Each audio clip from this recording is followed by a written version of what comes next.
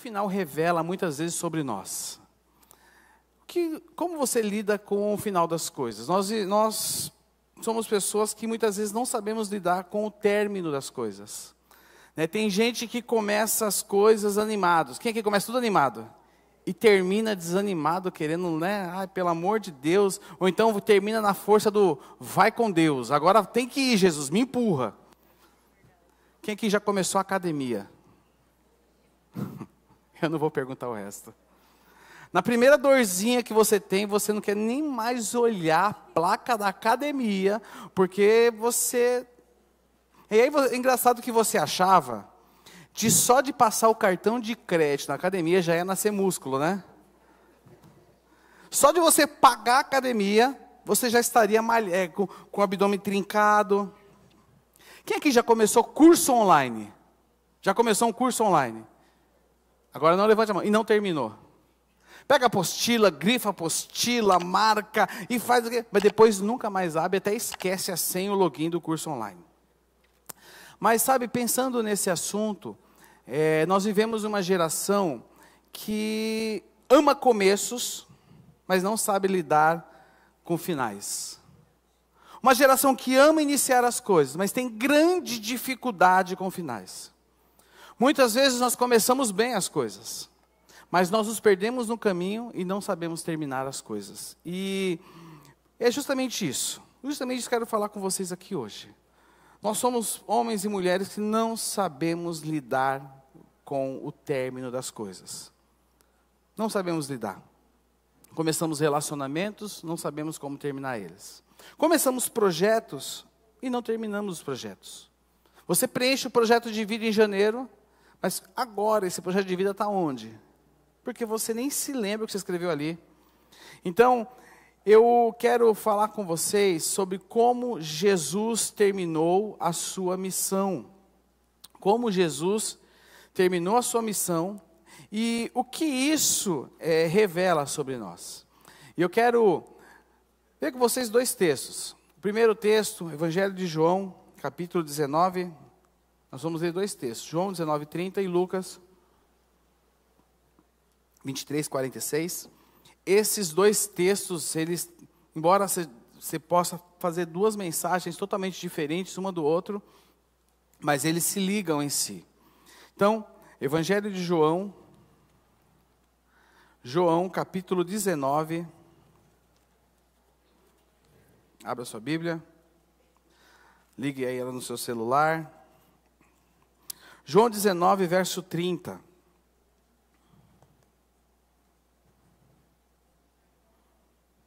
Nós paramos aqui a semana passada.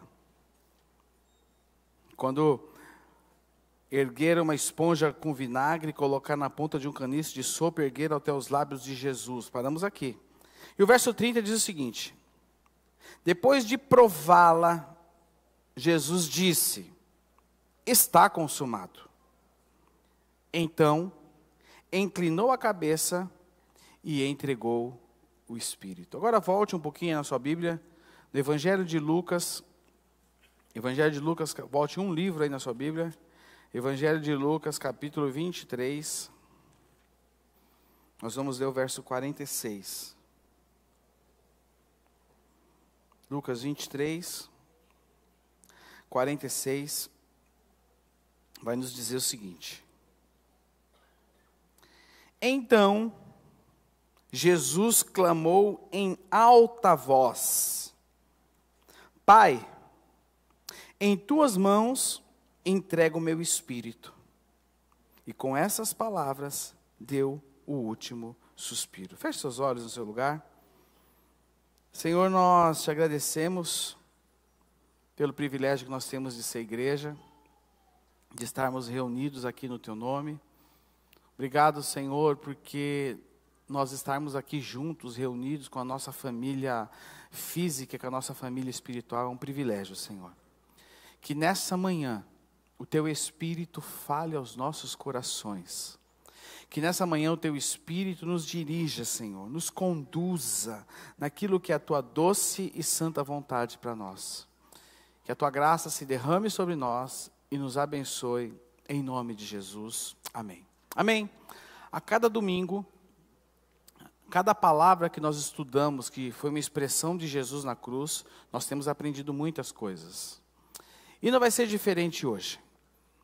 Jesus, pendurado na cruz, no momento mais doloroso da sua vida, termina dizendo duas coisas que mudaram tudo.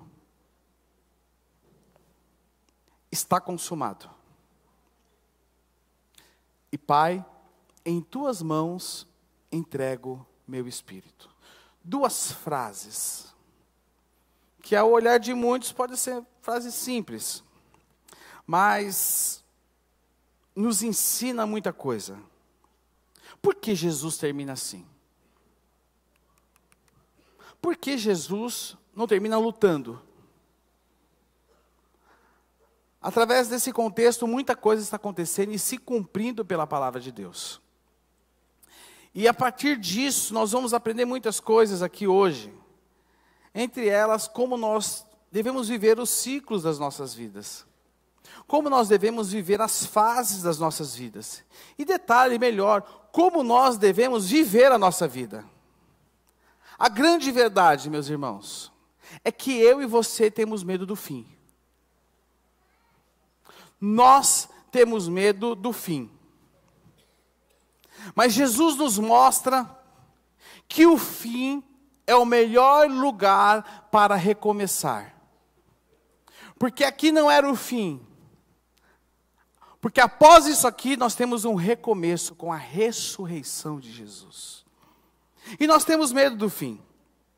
Nós temos medo de lidar com o fim das coisas. Nós temos medo com fases das nossas vidas que estão chegando ao fim.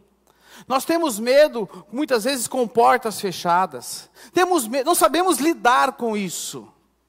Mas eu quero, juntamente com vocês, aprender algumas coisas a partir desses dois textos. E a primeira coisa que eu quero aprender com vocês aqui é que o fim, ele é um começo. O fim que é um começo, na realidade, baseado no texto de João 19:30. E aí nós lemos que Jesus provou o vinagre, que era um vinho passado. Eu esqueci o nome dele agora, aqui ele tem um nome, eu esqueci o nome dele, mas era um vinho passado, uma bebida amarga, em que os soldados, em forma de zombaria e em forma de menosprezo, deram para Jesus, porque ele estava com sede. E aí depois daquilo, cumprindo uma palavra profética, Jesus diz, está consumado. E no original grego, essa palavra está consumado, nós tivemos até uma cantata que já se chamou Tetelestai. Perdão, chamou-se Tetelestai. Está consumado é uma expressão grega chamada Tetelestai, que era comumente usada para declarar que algo estava completamente cumprido, que algo estava completamente feito. Era uma expressão grega usada para dizer que uma missão estava concluída com excelência. Jesus não está dizendo, estou derrotado. Mas Jesus está dizendo aqui, a missão foi cumprida. O que parecia um fim trágico, na realidade era um começo glorioso de algo novo. O começo glorioso do plano de salvação que se iniciava para toda a humanidade. E Jesus diz, Tetelestai, está cumprido. E essa palavra no grego, Tetelestai, ela carrega muito mais do que acabou. Ela significa, está cumprido, cumpriu-se o que eu vim fazer nesse lugar. Eu vim aqui, o pessoal do louvor veio com uma missão aqui hoje de manhã. Ministrar o louvor. Ministraram com excelência. Não foi? Quem foi abençoado com o louvor hoje? E aí eles terminaram, e eles podem dizer, Tetelestai, está cumprido. Mas significa muito mais do que isso também. Significa que algo foi concluído, algo foi terminado. Significa que a missão foi completada. Está completada a missão. Significa também quando, por exemplo, sabe, Hoje em dia não existe mais isso. Sabe o recibinho? Quem aqui já pegou um recibo e um carimbo de pago? Isso é antigo, hein? É do seu tempo, né? É do seu tempo. Sabe o recibinho, carimbo de pago? Sabe o boleto bancário autenticado? Ah, já é melhorzinho, né? Melhor. Sabe quando você paga a conta pela internet e sai o comprovante? Agora eu falei a língua de todo mundo. Significa tetelestai. A dívida foi paga. Queria dizer algo. Todos nós nascemos devedores. O homem é devedor de nascença. Talvez você esteja aqui, esteja todo enrolado. Eu queria dizer, você já nasceu enrolado. Todos nós nascemos enrolados. Devedores. Devíamos. Mas nós não tínhamos como pagar essa dívida. Nós não temos como pagar essa dívida. Não existe. Não, você pode fazer mas a maior bondade do mundo. Você pode fazer o que for. Nós não temos e não tínhamos como pagar essa dívida, porque era uma dívida impagável. E Jesus veio a essa terra com uma missão. Uma missão confiada-lhe pelo Pai. E cada palavra profética que Jesus ia cumprindo, cada etapa da redenção executada com excelência, no momento da sua dor máxima, ele dá um grito de vitória. Ele não gritou lá na cruz, crucificado, está todo mundo salvo. Aí galera, liberou geral, já era o pecado. Perdeu o diabo, perdeu o playboy, não falou nada disso. Mas ele diz, está pago. Tetelestai, está consumado. E o final dessa obra é o começo de algo glorioso, o começo da obra de salvação. E quando acontece que Jesus entrega o seu espírito, ele inclina o rosto e ele dá o seu último suspiro, o que acontece? O céu se abriu.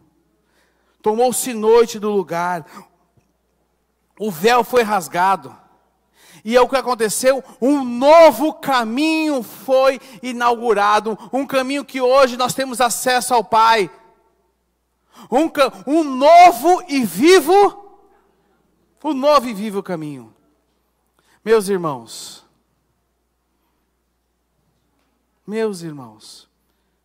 Jesus fez algo novo e poderoso. Existem finais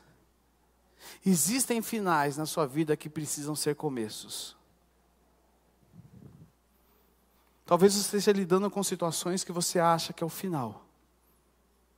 Mas Deus quer que isso seja um começo. Talvez você esteja lidando, você já viveu muitos milagres. Quem já viveu muitos milagres aqui, levanta a mão. Irmãos, quanta coisa. E hoje, diante de uma situação, você esteja desesperado. Mas Deus quer te dar um novo começo. Nós temos um exemplo. Por exemplo, Elias no Monte Horebe. Eu fiz essa imagem aqui, irmãos. Também dá para ver, mas eu fiz na inteligência artificial. Estou começando a ficar bom nela. Olha aqui, ó. Elias, é que não dá para ver direitinho aqui. Aqui tem um sacrifício, fogo caindo. Aqui os profetas de Baal, tudo aqui atrás, chorando, pedindo pelo amor de Baal que ajude eles. Não é pelo amor de Deus, não é pelo amor de Baal. Elias vive um momento poderoso no seu ministério. Cai fogo do céu. Fogo cai do céu. Os profetas de Baal reconhecem que Deus é o Senhor. O povo que estava ali reconhece que Deus era o Senhor. Naquele momento, o que acontece? Os profetas de Baal tinham acabado de ser derrotados. E o nome do Senhor tinha acabado de ser engrandecido. E o que acontece depois disso? Elias sobe num carro e canta vitória pela rua? Não. Aqui Elias está numa caverna aqui. Elias diz isso aqui. Depois de um momento poderoso na vida dele, ele ora. Já basta, Senhor, disse ele, tira a minha vida. Tira a minha vida. Mas ali, nesse momento que para Elias poderia parecer o fim da linha, Deus se revela para ele. Elias tem uma experiência poderosa. Elias, ele é renovado, recebe uma nova direção, e Elias é enviado para levantar o próximo profeta de Israel, que se chamava Eliseu, que foi muito além do que Elias. O que parecia ser o fim do ministério de Elias, foi o começo de algo glorioso. E meus irmãos, é assim com a gente. Quantas vezes nós achamos que algo terminou e nos frustramos, por exemplo, quando o relacionamento acaba. Alguns pensam, nunca mais eu vou ser feliz. Por exemplo, quando você é demitido, e aí a sensação é que o meu valor acabou, eu não tenho mais valor, eu sou o pior dos piores. Ou então, quando um plano está errado. Quando o plano dá errado. E aí você se frustra. Você acha que não pode, não precisa mais tentar. Porque nada vai dar certo na sua vida. Ou melhor, quando alguém te decepciona. Você acha que aquele ciclo é um fracasso. Não, eu fui decepcionado, eu não quero mais saber de mais nada na minha vida. Quando a sua fé, por exemplo, é abalada. Quando a sua fé é abalada. E você precisa recomeçar e muitos sentem vergonha e incapacitados de terminar.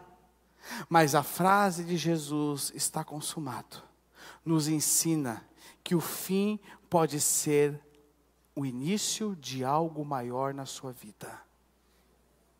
Presta atenção, meu irmão. Aquilo que é um fim aparente para você hoje, pode ser o início de algo muito maior na sua vida, em nome de Jesus. Sabe por quê, meus irmãos? Porque às vezes Deus fecha portas. Mas não é porque a história acabou. É porque Ele vai virar uma página na nossa vida. Será que você que está aqui hoje, você está preso a algo que acabou? Tem muita gente que é refém do passado. Sabia disso? Existem muitas pessoas que são reféns do passado. São pessoas que estão presas a algo que Deus já encerrou. E aí Deus quer começar algo novo na sua vida. Sabe o que acontece? Você não deixa. Você não dá liberdade. Quer dizer, receba. Eu vi um receba aí, hein? É isso aí, minha irmã. É isso aí. Pode continuar, tá? Você precisa da liberdade para que Deus comece algo novo na sua vida.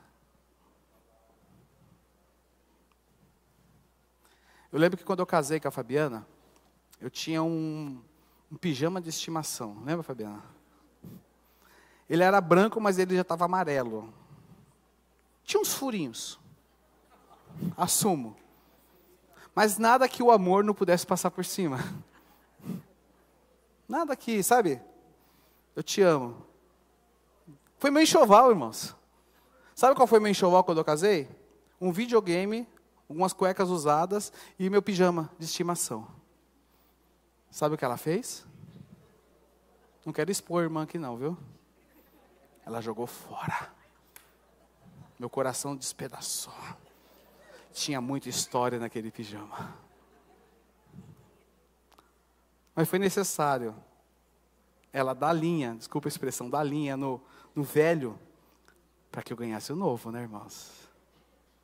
Você precisa dar linha no velho na sua vida, para que Deus possa depositar o novo sobre você. Você está preso no passado, você está preso naquilo que é velho, você é apegado. Não, irmão, abra mão. Não resista àquilo que Deus quer começar na sua vida. Amém. Segundo, entregar-se é um ato de confiança. Entregar-se, está travando a língua. Entregar-se é um ato de confiança. E essa declaração de Lucas 23, 46 nos mostra isso. Jesus clamou em alta voz. Ele clamou, não foi baixinho, não foi em pensamento. Não. Pai, nas tuas mãos eu entrego o meu espírito. O Filho de Deus, o Messias, o grande e poderoso, estava numa cruz crucificado, gritando e bradando em alta voz: Pai, nas tuas mãos eu entrego o meu espírito. Era o último suspiro. Era o último suspiro. A última força que ele tinha. Ele grita. Ele brada. E após isso, ele dá o último suspiro e morre. Essas foram as últimas palavras de Jesus na cruz. Eu posso dizer algo a vocês? E que palavra! E que palavras! Jesus estava sofrendo fisicamente, espiritualmente, injustiçado, condenado, sentindo uma dor sobre-humana, sentindo a dor sobre-humana física e a dor da separação de Deus com ele, porque o pecado da humanidade havia sido depositado todo sobre ele. Mas você não vê ele desesperado, você vê ele confiando. Confiando. Isso não é o grito de um homem desesperado. Isso é um grito de um homem que confia. Porque sabia nas mãos de quem a vida dele estava. Você não enxerga Jesus morrendo desesperado. Mas nós enxergamos aqui Jesus morrendo confiando. É o grito de um homem que confia. E ele está citando, sabe o que aqui? Salmo 31, 5. Em tuas mãos entrego o meu espírito, resgata-me, Senhor, pois tu és Deus fiel. É o grito de um homem que confia. Ele não estava sendo vencido pela cruz. Ele não estava sendo vencido para a cruz. Mas ele estava se entregando à vontade do Pai. Se entregando aquilo que Deus precisava fazer através daquele momento. Jesus nos mostra aqui, presta atenção, meus irmãos, que o maior poder não está em lutar até o fim, mas o maior poder está em confiar até o fim. Nós precisamos aprender a confiar. Jesus aqui nos mostra que ele não tentou controlar o momento. Embora fosse o Senhor do universo, tivesse todo o poder para isso, mas ele não fez. Ele não busca se justificar. Ele não está se justificando, porque você sabe, porque eu estou aqui, mas... Não.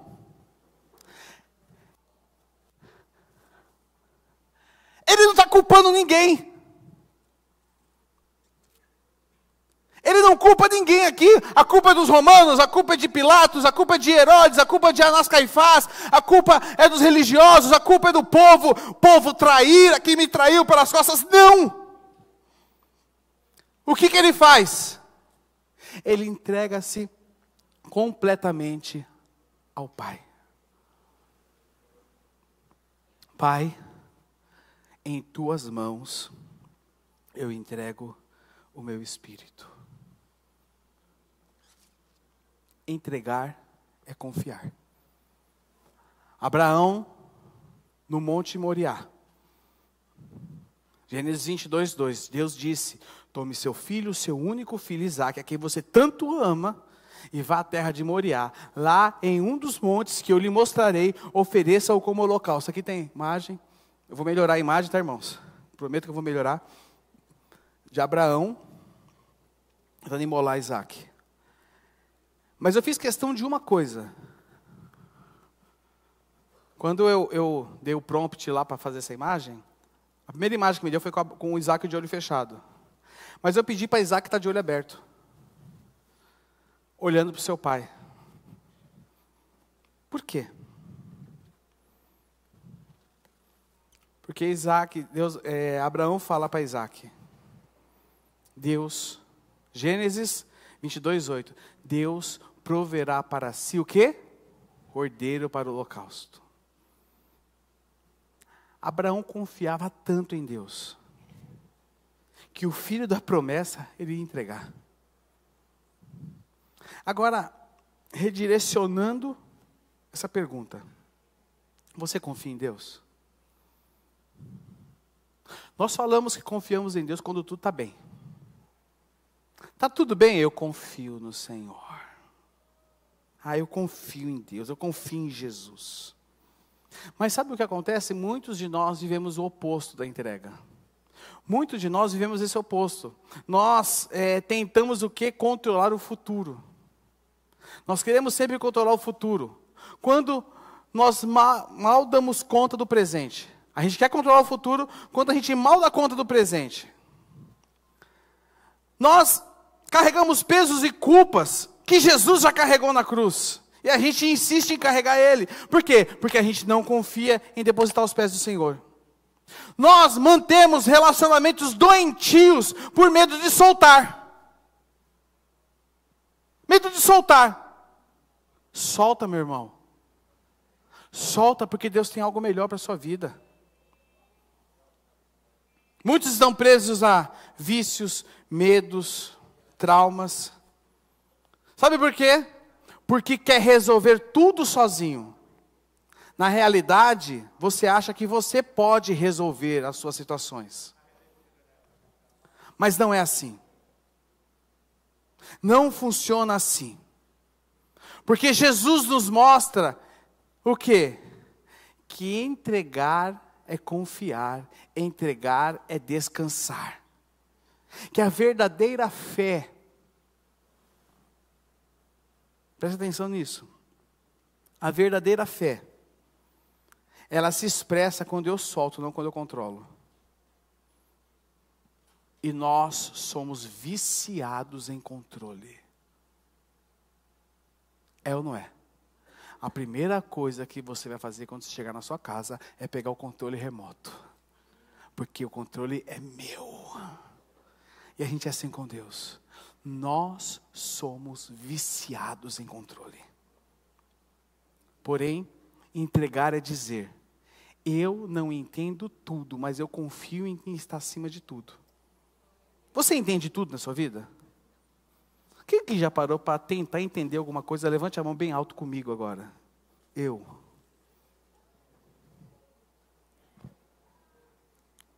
E essa semana estudando, eu entendi que eu não entendo tudo. Mas eu entendi que eu confio em quem está acima de tudo. Do soberano Senhor. Eu confio nele. Terceiro lugar.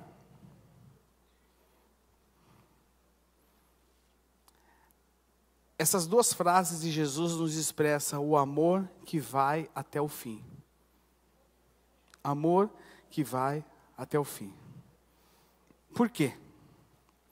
Porque nesses dois textos, nós vemos Jesus no auge da dor física, emocional, espiritual, mas sem desistir. Jesus não abandona a missão.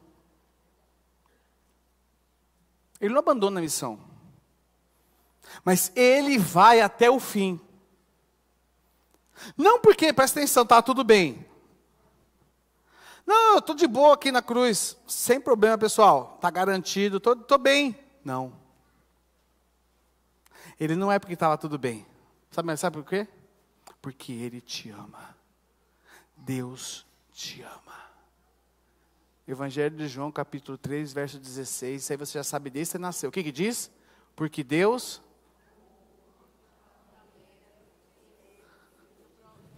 para que todo aquele... Ele te ama. Ele amou até dizer, está consumado. Não é somente eu entendi que se está consumado, ele vai muito além do que uma missão cumprida. O está consumado é a declaração de um amor sustentado até o último suspiro. O Senhor te amou, meu irmão. Quando Ele diz, Pai, em tua mão entrego o meu espírito, é uma entrega cheia de amor. Ele amou até o fim, Ele os amou até o fim. Jesus sabia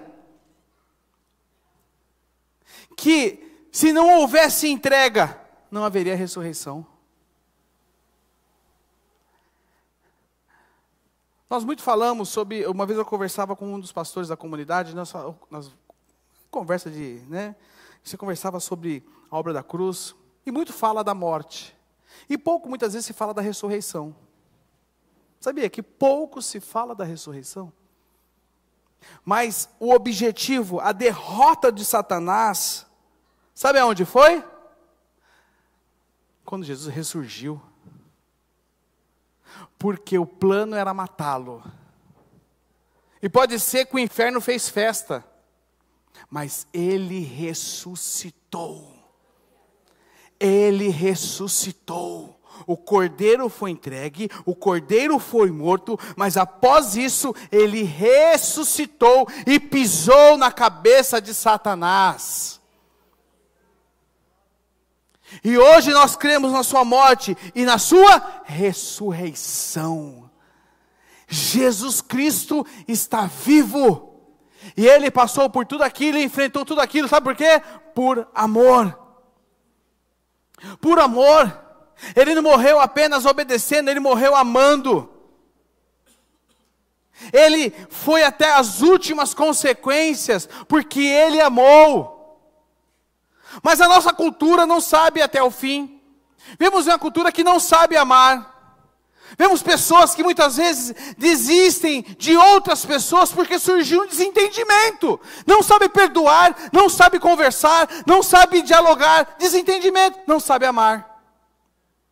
Casais que muitas vezes se afastam emocionalmente diante das primeiras crises.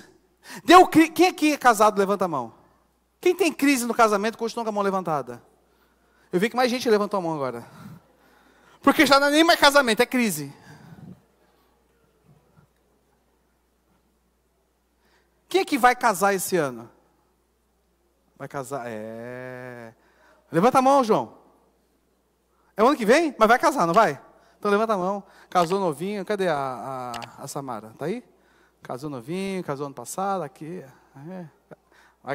Você vai casar, né? Noivinha. Muitos casais desistem diante da primeira crise. Não sabem lidar com crise. Eu conheço muitos jovens que abandonam sonhos diante de um não. Abandonam sonhos, formações, porque receberam um não.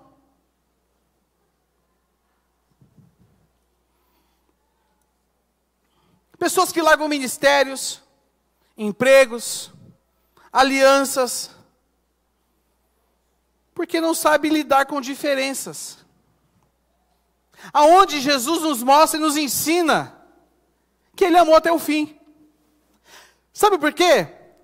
Porque hoje em dia o amor, ele é condicionado à conveniência. Amor é condicionado à contrapartida. Que contrapartida Jesus teve na cruz? Mas Ele morreu amando. Ele nos amou até o fim. Amor que vale a pena é amor que suporta, sustenta e continua mesmo diante da dor. Amor que persevera mesmo diante das dificuldades. É isso. Quarto lugar. Perseverar mesmo quando tudo parece escuro. Então, inclinou a cabeça. Fiquei imaginando, eu gosto de ficar imaginando, sabe, Mauro? Aquele momento, ele suportou tanta coisa. Ele suportou tanta coisa. Tudo. Dor, rejeição, abandono, traição, tudo. E no momento que ele inclina a cabeça, é porque ele não aguentava mais. Tudo se fazia escuro naquele momento para ele. Porque já não tinha mais força humana, sabe, Michel? Não tinha mais condição de sustentar. Mas ele não inclina a cabeça em derrota. Ali, o inclinar da cabeça de um derrotado. Não. Não como alguém que foi vencido. Mas ele entrega a cabeça com autoridade. Entregando o seu espírito. E ele nos mostra que até o último segundo, Deus estava no controle. Ele perseverou até o último segundo.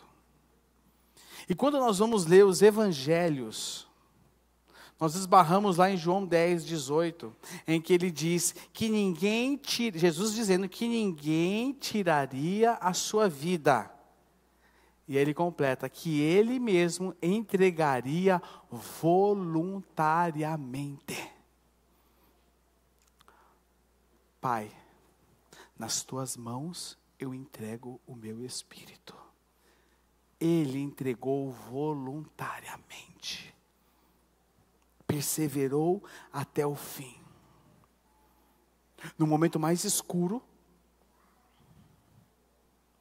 no momento crucial, ele não perde o rumo. Mas ele permanece até o fim. Ele permanece até o fim. E ao Jesus fazer isso, ele nos ensina muitas coisas. Ele nos ensina que eu não preciso enxergar o fim para eu ter fé. Porque nós queremos enxergar o fim das coisas. Nós queremos saber como as coisas vão terminar. Quem não quer saber? Todos nós queremos saber como as coisas vão terminar. É verdade ou não é? Ou é só eu, incrédulo, sofre, pobre, pecador, que na Catina cantou aqui, logo eu. Não, é todos nós. Nós queremos saber o fim das coisas. Mas nós precisamos perseverar, mesmo quando tudo parece escuro. Eu me lembrava do apóstolo Paulo. O apóstolo Paulo, no seu momento de escuridão, preso, condenado à morte, o que ele fez? Ele escreveu cartas que mudaram o mundo e que tem o poder de Deus falar conosco através delas hoje, que estão na palavra de Deus. Mesmo nos seus momentos mais escuros, Paulo escrevia para as igrejas, admoestando, exortando. Talvez você esteja aqui, preste atenção no que eu vou falar. E você esteja orando pelo seu filho. Mas seu filho continua distante. Seu marido, sua esposa. Momento de escuridão. Você vive um momento de escuridão. Breu total. Talvez você, jovem que está aqui hoje, esteja enfrentando um momento de frustração. Porque parece que todos os seus sonhos morreram. Mas eu quero dizer algo a vocês. Deus continua trabalhando mesmo quando nós não estamos enxergando. O silêncio de Deus não é ausência.